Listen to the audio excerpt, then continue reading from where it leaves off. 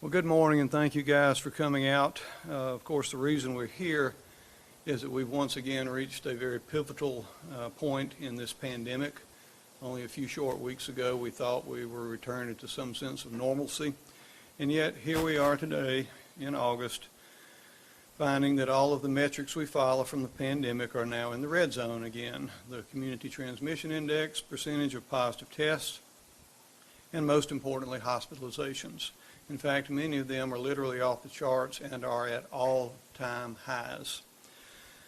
As you're aware, this is likely due to several things, including the abandonment of precautions like wearing a mask when out in public and around other people, social distancing, the arrival of the highly contagious Delta variant, which is incredibly more infectious than anything we've had before, and then most importantly, low vaccination rates throughout our area, in fact, throughout the country.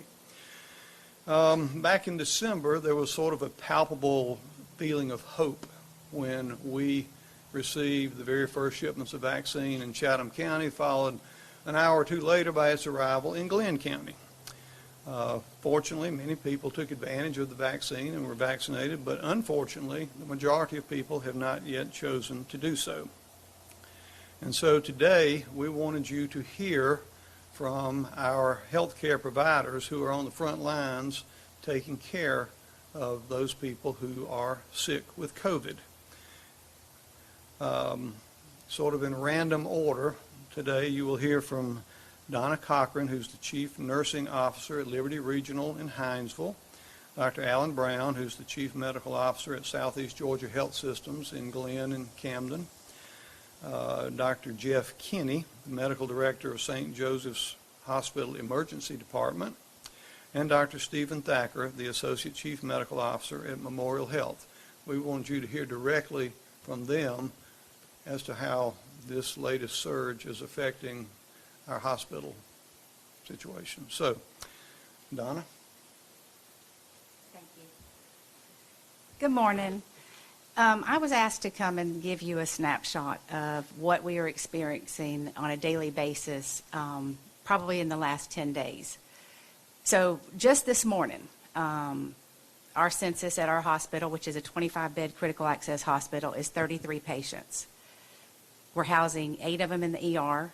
We've got 15 on the floor that are positive with COVID. The majority are unvaccinated. A few are partially vaccinated.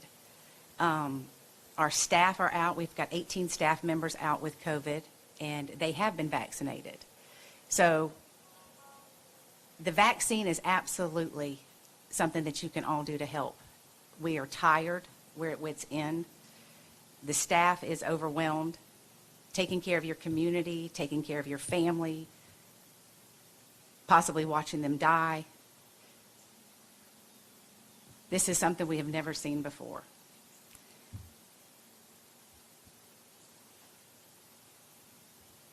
It's trying times. I've been doing this for 26 years and never have we seen anything like this.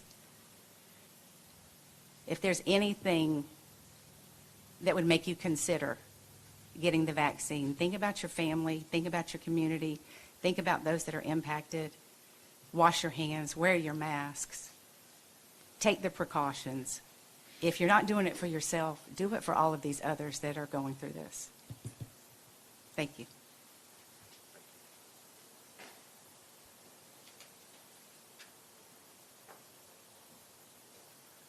Next, we'll hear from Dr. Alan Brown, Chief Medical Officer at Southeast Georgia Health Systems. Thank you. Good morning. I think you're going to hear a lot of just really difficult stories today. Our healthcare system is completely overwhelmed with COVID patients, COVID positive patients, many of whom are in the ICUs. They are, for the vast majority, are unvaccinated. 100% of our ICU patients did not receive a vaccine. The vaccinated patients that we have make up less than 10% of our hospitalizations, and these patients are not young patients. These are more elderly, frail patients that we're seeing that have the breakthrough cases. It's the younger people that are really struggling with this. And I mean, I can tell you about a 33-year-old that we put on the ventilator last week. I can tell you about 27-year-olds that are dying. but for some reason, we cannot get this message to our communities. Healthcare providers realize that this is a pandemic of the unvaccinated, and largely avoid it. And that's very frustrating and taxing on the people that are working hard every day, long days, many days in a row, spending time away from their families to care for the folks coming in the hospital. The vaccine helps. You may still get COVID, but you will not end up dying from it. And it's the people that, again, are unvaccinated are the ones that are really sick and getting ICU care. As far as strains on the hospital, our ICU is probably at about 2 times capacity. We've had to cancel elective surgeries, endoscopies as of yesterday in order to just have enough nursing staff to take care of the critically ill patients in our facility, and we're still climbing. So, I don't know where we're going to be in a week. I don't know if we're going to have field hospitals. But if we look at the trend that's going on in Jacksonville, that's the direction we're all heading in. And it's scary and it's frustrating, and we just need everyone in the community to do their part to help us get through this. So, thank you. Thank you, Dr. Brown. And Donna, I know you're needed at the hospital if you want to go. They're over capacity, and Donna's their chief nursing officer. Next, we will hear from Dr. Jeff Kinney, the medical director at St. Joseph's Hospital, the emergency department.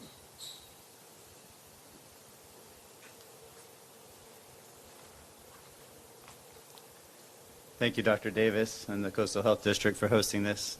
Thank you for having me here. I'd like to speak today about what we're seeing in the emergency departments, one of the front lines in the ongoing fight with COVID-19. We're approximately 1.5 years into this pandemic at this point, and we're currently seeing the 3rd major spike of infections. We currently have 97 COVID-19 positive patients admitted at St. Joseph's Candler Hospital. That's the same level as our prior peak, the highest number of hospital admissions that we've had. Unfortunately, we expect this number to go up. The current projections I've seen are that we're looking at the first week of September before this really peaks and abates. So we're as high as we've been, and unfortunately, it's likely to go higher. Hospital beds, including ICU beds, are pretty full. What that means for the emergency department is that patients often board or wait in the emergency department for space.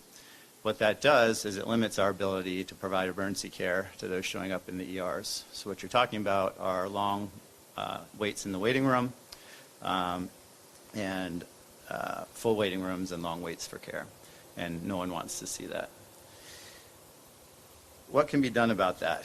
A lot of the patients that we see coming into the emergency department have mild illness or had an exposure and just want to be tested for COVID-19.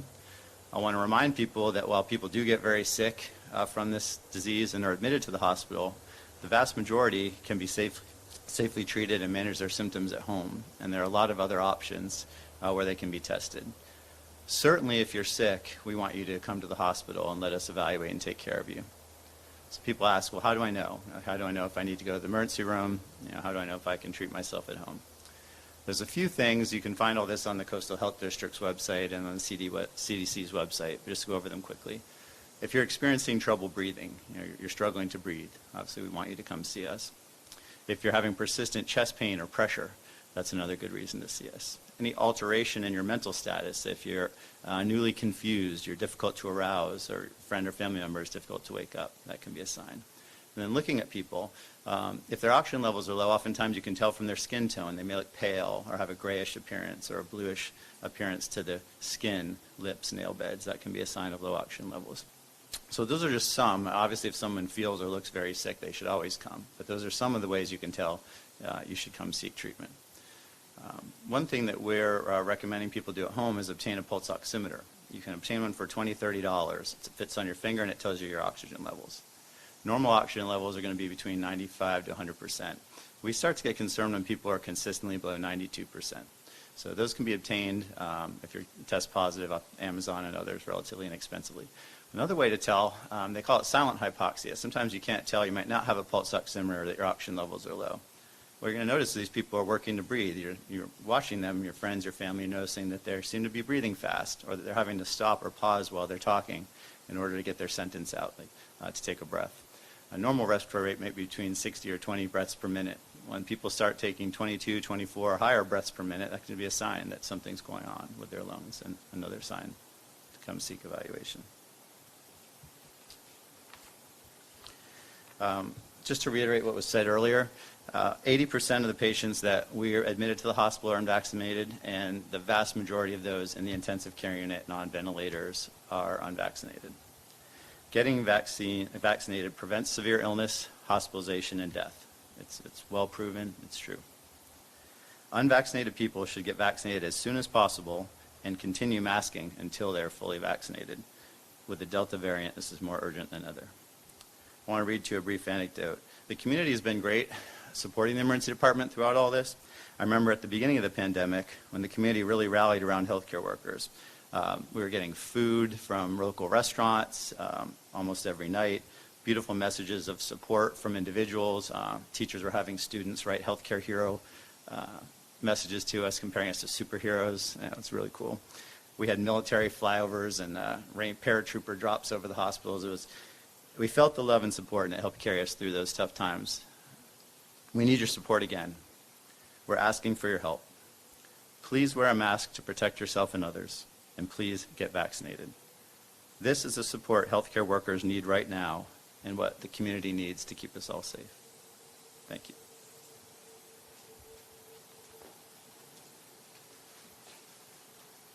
Thank you, Dr. Kinney. And last but not least, Dr. Stephen Thacker, who is the Associate Chief Medical Officer at Memorial Healthcare. Thank you, Dr. Davis, and thank you, Dr. Kinney.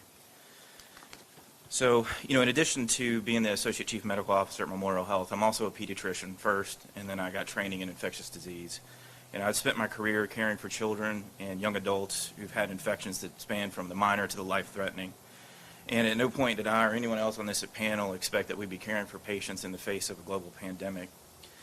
And much less that we'd be talking about experiencing the worst of this pandemic nearly 18 months after the first cases reached our region. And certainly not after 6 months after a vaccine that we know can curb this pandemic was made available to our communities. But here we are, we're all bearing witness and testament to the tragedies of the pandemic and implore all to follow the roadmap that provides a safe passage out. I'd like to share a little bit about our experience of COVID-19 at Memorial Health. We saw our first COVID patient back in March of 2020. We've supported our communities in addition to the hospital systems that support our region throughout this pandemic with the rise and falls of these surges.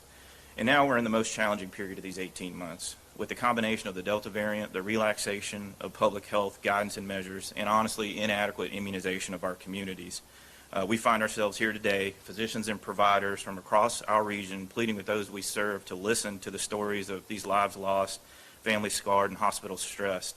Really imploring our communities not only listen to the science, but also listen to those same doctors who've been here for you when you broke your arm, the same ones that were here for you when your spouse had a heart attack, and the same ones that were here for you when your father or mother had a stroke. We're the same trusted source that cared for your families with evidence-based science, empathy, and guidance that always put you and your health first. 1 month ago, on July 9th, at Memorial Health, we had 11 patients admitted with COVID-19. 2 weeks ago, we had 36 patients admitted. And now today, we have over 100 admissions admitted with COVID-19, and our community has the highest number of COVID-19 hospitalizations it has ever seen during this pandemic. At this point, you can expect one of two outcomes with regards to this variant of this virus. One is becoming infected, potentially becoming harmed, and spreading your infection to others because you're unvaccinated. The other is being vaccinated and exposed, where you may have a low risk of mild to moderate symptoms, but you will be well and your life will be spared. So please recognize that individual choices matter. Your choice matters when it comes to vaccination. In the last 7 days, we've had 7 deaths from COVID-19 at Memorial Health, adding to the now over 21,000 mothers, fathers, grandparents, daughters, and sons of Georgia that have died in Georgia hospitals during this pandemic. At this point, through science and research, we've learned a lot about how to better treat this disease and prevent death for most. But we've also learned from this same science and research that the most effective and best strategy to not be harmed by this infection is through vaccination. Death from COVID-19 in the U.S. should be viewed as a vaccine preventable outcome. In the U.S., our state, and our county, we're blessed to have access to safe and effective vaccines against this infection. Now, nearly every loss of life this virus is a loss that I would argue didn't need to happen. And, another reminder that your choices matter when it comes to vaccination.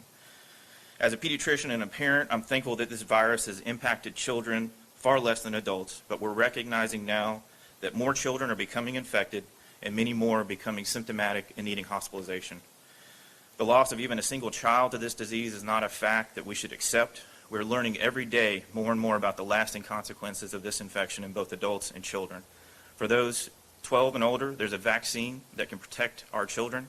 For those under the age of 12, the most effective way that we protect those children from infection at this time is to have those people around them vaccinated. As we gratefully send our children back to school, these decisions have direct impact for our community and our children's future, and your choices matter. Due to this virus, close to 1.5 million children have lost a loved one whose purpose was to raise them. That's 1.5 million children who will grow up without a parent or grandparent or loved one who was going to teach them how to read, how to drive, and was going to be there for those pivotal moments as that child became an adult. If you need a reason other than your own personal safety, then imagine your children and your family without you. Show them you care by getting vaccinated. Your choices matter. Our hospitals are busy and our teams are working very hard to care for you and our community. I'm humbled by their grace, their sacrifice, and unwavering commitment to provide the best care to all of our patients in the face of this pandemic. If you want to support your community, your hospital, and your doctors and nurses who keep you and your family well, recognize that your choices matter. Care for yourself, care for your family, and in doing so, care for your community. Wear your mask, get your vaccine. We need to act now to prevent reaching a point where your community might not be able to care for you when the time calls. If we act now, we can save lives, we can keep families whole, and keep our communities healthy. The choice you make for us all. Thank you.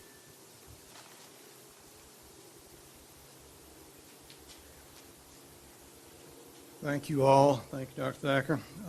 You heard about the recent increase in hospitalizations.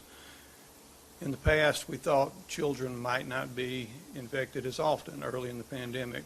But what we know now is that the single demographic, the demographic age group with the highest percentage of antibodies from infection is actually 0 to 17. So more children have been infected than other people. In the last 2 weeks, just in Chatham County, the percentage or the increase in cases in children 0 to 19 has gone up 333%. So we're definitely seeing this virus impact the younger people. And I think that concludes everything we have, but we would be open to questions. Who's got a question? Right here. Oh, thank you. So we know that vaccination rates are extremely low in our community, not just in Savannah, not just in Chatham County, Long County. I mean, we're seeing in the teen percentage of people fully vaccinated, like 15%. What do we have to do to get this message to people? You all just stood up there and told us you're overworked, you're at your wit's end. What is the deal, and how do we get more people vaccinated? I think we depend on people like you sharing the story in an appropriate manner and sharing the facts with the general population. I think if any of us had a magic bullet or a magic recipe that would convince people who are as yet unvaccinated to take the vaccine, we would all be using that right now. This is literally a plea from your healthcare providers to get vaccinated. And I'm happy to share the podium with others. Yes. Just an anecdote. All of us has been trying to impress upon you the seriousness of the disease and the amount of devastation and hospitalization, but all of us have COVID-19 fatigue. All of us wanted very much badly to get back to our lives. The end of June, when infection rates and hospitalizations were low and masking mandates and everything were removed, everyone was ecstatic to get back to life. I just came from visiting family in Burlington, Vermont, where their vaccination rate is close to 80%. They have also relaxed masking mandates, etc., they're not seeing spikes because that population is vaccinated. People there are able to get back to their normal lives. We're not there, but we could be. That's my message. This question may be suited for a healthcare professional, but from those who are in the hospital, are you hearing any messages from them about what their experience has been like, if they want to be vaccinated, if they were vaccinated and had a breakthrough case, if they feel differently about that? I mean, what can you tell us about some of these patients who are in the hospital right now? We've had numerous patients who are struggling to breathe, who are asking to be vaccinated. And I'm sure you've heard these stories. We're having to tell them it's too late for them. Trying to encourage them to pass the message on to their friends and family to encourage them to get vaccinated. That's definitely happening. I would say you definitely see some remorse in patients in the hospital with COVID that didn't get the vaccine. A lot of, well, I was thinking about it, I should have done it sooner, that kind of thing. We've heard a lot of that. As far as getting the message across to people, people need to talk to their healthcare providers. They don't need to debunk this social media stuff. Talk to your doctors, people that are in the know. It's lunacy that we are having to drag people out of their own harm's way and make them realize that the vaccine is going to save their life. It's very frustrating. I'm sorry, I'm passionate about it, but I just don't know how else to say it. And ironically, a lot of the patients that refuse to take the experimental vaccine have no problems taking the drugs that we're using experimentally in the hospital to try and save their lives. So. That's a great point. I'd echo that you know, and I'd argue that the vaccine at this point, I think, will shortly be approved by the FDA. And, you know, it is so sad to hear about not only our team members, but community members as well, that are waiting until their loved one is sick in the hospital with COVID-19, or they have the loss of a family member that's been that reason that they're now pursuing vaccination. You know, just to echo the sentiments raised by everyone, you know, now is the time to act before someone in your life is harmed, someone in your community is harmed from COVID-19, and certainly before yourself is put at risk for a life-threatening infection. And so, again, to echo, you know, you have trusted your providers, you know, prior to this pandemic to manage your heart disease, manage your blood pressure, help raise your child up through health successfully, leverage that expertise and trusted advisor status that your providers have always been, and get your questions answered and get vaccinated. I meant to mention, sir, we have patients that are coming in who are fully vaccinated and they're testing positive. So a lot of people have said, what's the point of getting vaccinated if I can still get it? You know, I thought if I got vaccinated, I'm not going to get COVID. Well, that's not the case. As we talked about earlier, you're better protected, but you can still get COVID. But those patients who are upset that I'm telling them they're positive, they almost can't believe it, they're going home and they're recovering. And so I'm having to tell them, look, you know, your oxygen levels are normal, your chest x-ray is clear, you know, you don't feel well right now, but you'll likely be fine in a few days. It could be the other way around. So I think that's the message, is that does the vaccine 100% effective at preventing infection? No. No one ever said it was. Is it extremely effective at preventing hospitalization, serious illness, and death? Absolutely. Have y'all seen any uptick in like long-haul symptoms with the Delta variant, or especially like even younger people having to deal with the long-term consequences of the COVID infection? I don't know, Dr. Thacker, you may be better. Yeah, so, you know, it's come by a lot of different names throughout this, from long COVID to post-COVID syndrome. And to answer your question, we know now that about a quarter of people who've had COVID-19 will have lasting symptoms that can last weeks to months, and some people still having symptoms now. And what we're learning now, as we're discovering that more children were infected than we realized, that there are an increasing number of cases of children with symptoms of long COVID syndrome. And that's, you know, to me, a chapter of this book that's still being written. We don't fully understand the lasting consequence of having had this infection. And what we are learning is that it's affecting our children more than we thought previously. And what are some of those long-haul symptoms? Yeah, the long-haul symptoms are sort of an overwhelming fatigue. that is most common. Some people can have difficulty with their breathing, and including as, you know, a lack of tolerance for the activities of daily lives that they used to be able to. So be getting winded with actions you never would have before. And for some individuals, they're having things like headaches and neurologic symptoms that have not resolved. Dr. Thacker, you have a large, probably, amount of the community who maybe got their vaccine because of the incentives. You know, you don't have to wear a mask, you can travel, things like that. Do those incentives still stand? If I'm vaccinated, am I expected to wear a mask? The answer to that is it depends on the situation in which you're in. So to your point around incentives, you know, I recognize that we need a lot of these incentives to drive certain people to the table for vaccination.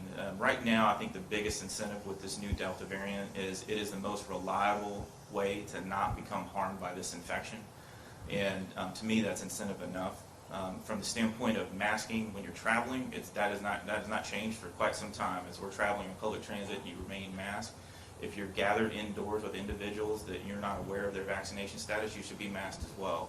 Part of this is us being proactive as communities while we learn and understand what is the consequence of being vaccinated and getting exposed and infected with this virus. Can we share it with others? We don't want to be looking back retrospectively and saying, I wish we had told them to be masked, because we could have prevented more infection and harm to our communities. Can you guys provide some clearance on how we combat the political and the misinformation of all of the pandemic fatigue? I mean, when we talk about masking, we know there's a political implication to some of people's opinions or feelings on that, along with their vaccination. So how do we combat that and get people to really buy in? That's a tough question. I wish I had an easy answer.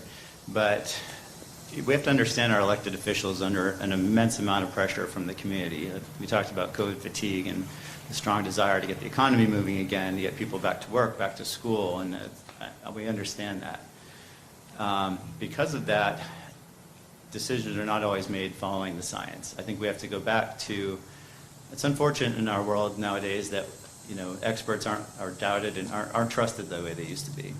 I personally haven't seen any reason not to provide that trust.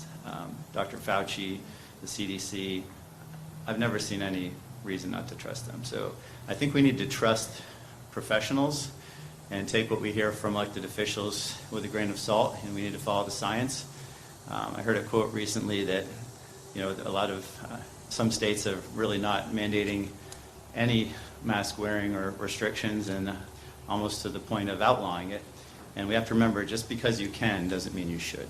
I like that quote. So we all need to keep in mind, just because in our area it might not be mandated that we need to social distance and wear masks, just because we can elect not to do that, it doesn't mean that's the right thing to do. On that same note, talking about just because you can doesn't mean you should, a lot of local school districts are not requiring children to quarantine after exposure, close contact exposure. We know social distancing is pretty much not possible this year to get everyone back in school in person. What advice are you giving to parents right now if they come into close contact, if they are in a district where, one, you don't have to wear masks, it's not required, and two, the students don't have to quarantine if they come in close contact? And I mean, is that frustrating for you? Because that goes against everything the CDC has said. You know, I think it's a challenging position really for every school system right now to be in, to navigate through these waters of changing guidance, as well as, you know, really aiming for that goal that I think we all have, which is for kids to be in school, receiving education in person. We learned a lot in the pandemic about the consequences of a large percentage of our children not being able to be in a school environment. And, you know, for me, my advice is that parents should always advocate for what they believe is the healthiest choice for their child. I'd say for school systems, the goal should be that we should have our kids in person in school, and we have to have a layered approach to the protections we put in place to prevent the spread of this virus in those walls. And so in some schools, that's going to be masking. I fall in line with the AAP's recommendation that we should recommend masking universally in schools for children 2 and up and those that can wear them. That includes the children and the staff. I think that is part of a layered approach to protection that all school environments can offer their students and their staff. Recognizing that some schools don't have the space to space out children, or the classroom size is able to basically have everyone educated in person, and that has to be the specific goal. So we need to pair masking guidance with good strategies around cleaning of the schools, keeping kids out of school when they're sick, and having access to testing, and honestly supporting vaccination for those that it's indicated for. And that's my next question. How are we doing with child vaccinations in our area? I know a lot of parents that I've heard from say they're fine getting it themselves, but they're nervous about having their children take the vaccine. And especially now, as we're seeing more kids getting sick from this virus, I mean, what message do you have for parents that are maybe on the fence, should I get my kid vaccinated or not? Yeah, I think to come back to the same messaging that, you trusted your pediatrician with guidance to keep your child well and help them grow into the successful adult that they're going to be or already have become. So speak with your pediatrician or your family medicine doc about the benefits of COVID-19 if you have a child who's 12 and older. And as a testament, one of my kids is 13. I had no hesitation, knowing what I know as an expert in this field, that the right thing to do for my 13-year-old son was to vaccinate him, not only for his own well-being, but also to protect him as a member of the community. I am not worried that he is someone who will be very likely spread this infection to others. And I instill that in my children, and I hope all parents do, that we have a role for ourselves, but we also have a role and a service mission to our communities as well. When we talk about the regional impact, I know that obviously in Florida we're seeing a lot of cases. So how does that impact us here in Georgia? And then also when we see some of those smaller communities with low vaccination rates, how does that impact us sometimes here in the Chatham County area? And how does that all flow when we look at the big picture? The virus is definitely moving north, and it's traveling. At least in our region. Other regions, Mississippi, Missouri, there seem to be epicenters that are moving out. So the impact here is you're going to feel it. It's coming. I heard you guys talk about having 130 patients in Memorial. How many beds is Memorial? Like 600 beds. So they got 130 out of 600. Baptist in Jacksonville has about 720 beds. 582 this morning were COVID patients. We have 250 beds. 121 of ours are COVID patients, and these numbers have gone. July 12th, we had 10. Today, we've got 121. That's how quickly this has happened. It's coming, and it's in any counties that have low vaccination rates, the hospitalizations are going to be very high. And I'm not trying to spread fear or anything else. It's just there's nothing you can do about it. And the states like Vermont that have high vaccination rates are going to weather the storm much better than we will. So that's the impact on, Savannah and the local coastal communities. This is for Dr. Davis. I think we talked to you Friday, and you talked about there were some vaccination rates. There were more people getting vaccinated now, but the rates weren't, high enough yet. Are you encouraged by the fact that at least maybe more people are listening now, and the vaccination, more people are taking the time out now to get vaccinated? Sure. Any movement in the right direction is very welcome. Our numbers of vaccinations that we're giving through the health department have doubled in the last week or so here in Chatham County, and they're going up elsewhere as well, but they're still way too low. I mean, if you double 150 to 300, that's one thing. If you back early in the pandemic, we were giving, I think, our high was over 1,400 in a single day. So, yes, we're moving in the right direction, but it's slow go, and we'd like to see it move more rapidly. Testing is up tremendously also, 3 or 4 times, but still low numbers. Sure. It's also important to note that we've talked a little bit about the Pfizer vaccine likely obtaining full FDA approval, not just being under emergency use authorization sometime in the next few weeks. I certainly don't think that it's necessary to wait for that, but I just want to tell you that preliminary data that's coming out, hundreds of millions of doses of this vaccine have been given, and it's proven to be one of the most effective, safest drugs reviewed by the FDA. It's almost guaranteed it will receive full FDA approval. Once it does, I think there will be some people who are on the fence and unsure who hopefully will get vaccinated. I'm hoping they decide to do it even before that. But I think at that time we may see more businesses, healthcare institutions, and others issuing vaccine mandates. And I personally don't necessarily think that's a bad thing. I'm reading some of our comments on our live feed of this, and people are saying, you know, this vaccine came so quickly, we don't know the long-term effects, it's too rushed. Is that a big, big pushback that you're still getting 6 months later after this has been made available to everyone? Yes, people were still saying that it's an experimental vaccine. It was rushed. It was pushed through. Obviously, it's been a stressful year and a half, but the science behind this vaccine is not new. It's not rushed. It's been around for years. This is just a new way of delivering that in vaccine form. So again, at this point, you've had 7 months, 8 months of hundreds of millions of doses with safety, efficacy. Really, if you're on the fence at this point, I'm not sure what you're waiting for. Prior to this Delta surge, a lot of people who had antibodies from previous infection may have thought they were protected. A study came out last week about how much the vaccination helps those who have previously been infected. What do we know about that? Yeah, so that was a great proof of what we kind of already knew around the benefits of vaccination for those that were even infected. Just due to the nature of how our immune system responds to natural infection, what we found was that the antibodies that you make following natural infection were less overall protective against these new circulating strains compared to this very targeted, focused approach to generating a protective antibody response with a vaccine. So all that said, that if you're someone who's had natural infection with COVID-19, you have the same recommendations I would give someone who's not, that you should receive vaccination. We have now a growing body of evidence that it is the best and most effective way to protect yourself against reinfection, which I know many of us have already seen come through our hospitals at this point in time, and that rate is starting to rise now that the Delta variant is the predominant strain in Georgia.